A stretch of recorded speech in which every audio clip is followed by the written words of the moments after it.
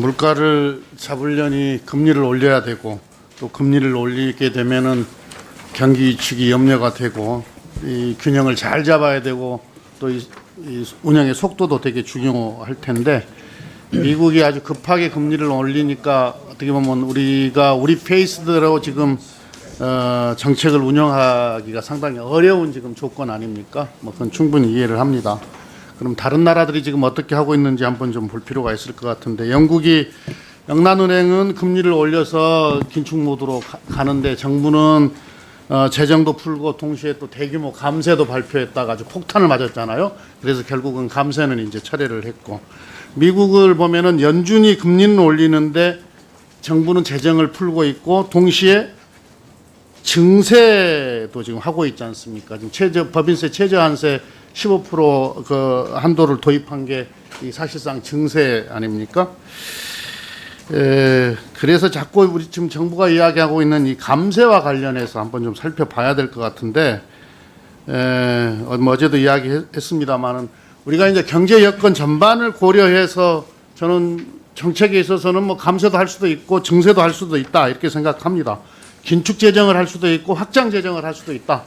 그건 뭐 전 탄력적으로 봐야 된다고 보는데, 근데 지금 현재 우리 정부가 하고 있는 것은 무조건 감세가 옳다. 그러니까 지난 정부에서 해놓은 것 반대로 해야 된다 이런 강박관념이 아닌가. 어떤 전략적인 목표 속에서 지금 이루어지고 있는 정책이 아니다 이런 느낌을 지울 수가 없어요. 그러니까 현재 경제 여건을 잘 고려하면서 장단기 정책을 세밀하게 나누어서 해야 되는데 일단 세금부터 깎자, 뭐 재정 건전성 확보하자, 아주 어떻게 보면 근시안적인 대책에 머무르고 있는 거 아닌가 이렇게 생각을 합니다. IRA법이 이제 우리 기업들이 받을 피해 이걸 이제 이게 이제 주요 이슈가 됐습니다만은 그래서 우리 정부가 정말 대응 잘못했다 뭐 이런 평가를 받고 있는데 뭐 이건 차치하고서라도 이 법의 본질을 보면은 이게 이제 이름 자체가 인플레이션 감축법 아닙니까?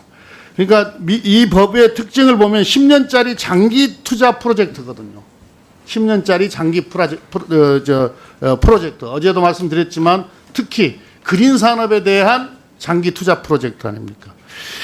그러니까 지금 우리 정부하고 좀 비교가 되는 건데 우리 정부는 당장 세금만 깎으려고 하고 있지 어떤 전략 산업에 대한 어떤 그린 산업이나 디지털이나 이런 전략 산업에 대한 투자는 과감하게 이루어져야 될 때 그런 게 보이지 않는다. 우리가 이제 IRA뿐만 이렇게 보더라도 투자를 위한 증세 또는 대기업 법인세 최저한세 도입, 국세청 증세 강화, 자사주 매입세 부과 이게 지금 다 세수를 걷어서 10년간 그러니까 한 659조쯤 될 텐데요. 10년간 전략 산업에다가 투자하겠다. 특히 그린 산업에다 투자하겠다라고 하는 전략 아니겠습니까?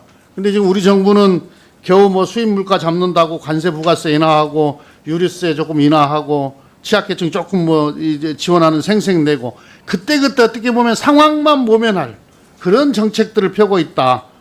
그러면서 5년간 60조 지금 감세안을 내놨는데 뭐 2,000조에 60조는 3%밖에 안 되니까 뭐 얼마 되지 않은 금액이다 이렇게 이야기하지만 영국이 이번에 철회했던 아마 이 감세안이 우리 70조쯤 될 거예요. 우리하고 거의 비슷할 텐데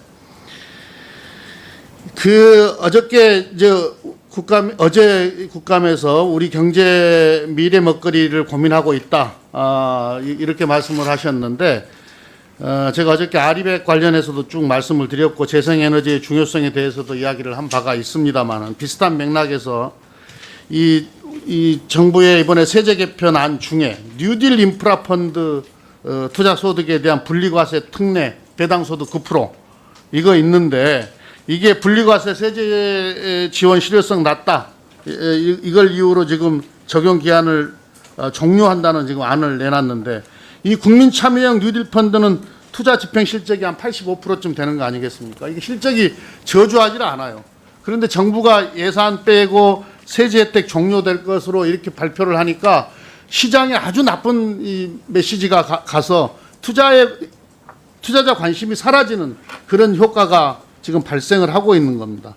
이 뉴딜 펀드의 투자 분야는 우리나라뿐만이 아니라 전 세계가 세계적으로 각광받고 있는 신산업, 특히 디지털과 그린 산업 투자를 하기 위해서 지속적으로 하기 위해서 꼭 필요한 건데, 아까도 말씀드렸지만 미국은 이런 분야에 대해서 앞으로 10년간 대규모 투자를 하겠다고 나서는데 우리나라는 시장에 정부가 손을 뗀다, 이런 신호를 주니 어떻게 우리 정부가 지금 우리 경제에 대한 장기 전략을 갖고 있냐, 이렇게 평가받을 수 있는 겁니다.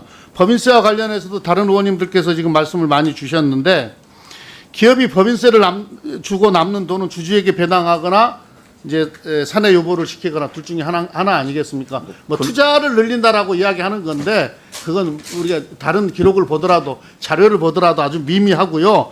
그 다음에 이미 투자를 하게 되면 투자세 공제나 이런 거 다 받고, 그리고 나서 남는 돈을 이 법인세로 내는 것이기 때문에 뭐 그렇게 말씀하실 일은 아닌 것 같고, 그래서 이 법인세 최고세율 인하와 함께 박근혜 정부 때 도입한 투자 상생 협력 촉진 세제, 이것도 지금 일몰시켜버리면은 사내 유보를 시켜도 과세를 하지 못하게 되는, 않게 되는 이제 그런 일이 발생하는 거 아니겠습니까?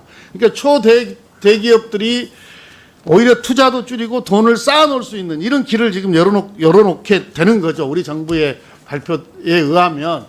근데 자꾸 우리 법인세가 높다 그러는데, OECD하고 월드뱅크 통계를 보게 되면은 맹목세율도 그렇고 실효세율도 그렇고 각종 부담금까지 합친 총 부담금도 우리가 높지 않은 수준이잖아요.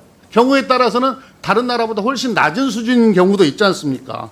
그래서 정부가 이 감세를 신주단지처럼 이렇게 모실 게 아니고, 이 장기적인 그런 계획에 의해서 정책을 운영해달라, 경제를 운영해달라, 이것을 예, 의원님 말씀 잘 유념하겠습니다. 그리고 아까 정부에서 세제 개편하고 미국 거 잠깐 보여주셨는데, 한국의 예시 들어주신 거는 지금 최근에 물가가 굉장히 오르고 했기 때문에 물가 안정과 관련된 긴급한 조치들을 몇 개 조치한 것을 예시로 들어주신 거고, 장기적인 플랜 하에서 소위 말해서 이 세제 혜택 이런 것은 안 보인다 이렇게 주셨는데, 그거는 바로 세제 개편안에 저희들을 담고 왔다.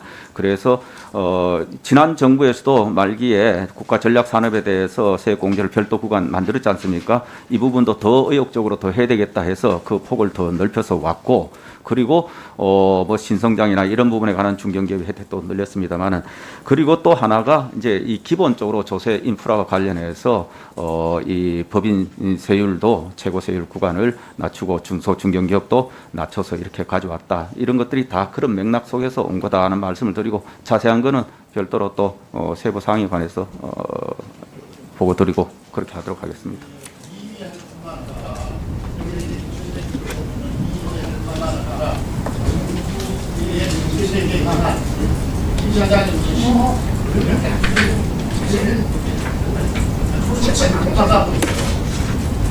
예, 좋게 갈 수 있도록 만들 테니까 조금 도와주시면 감사하겠습니다.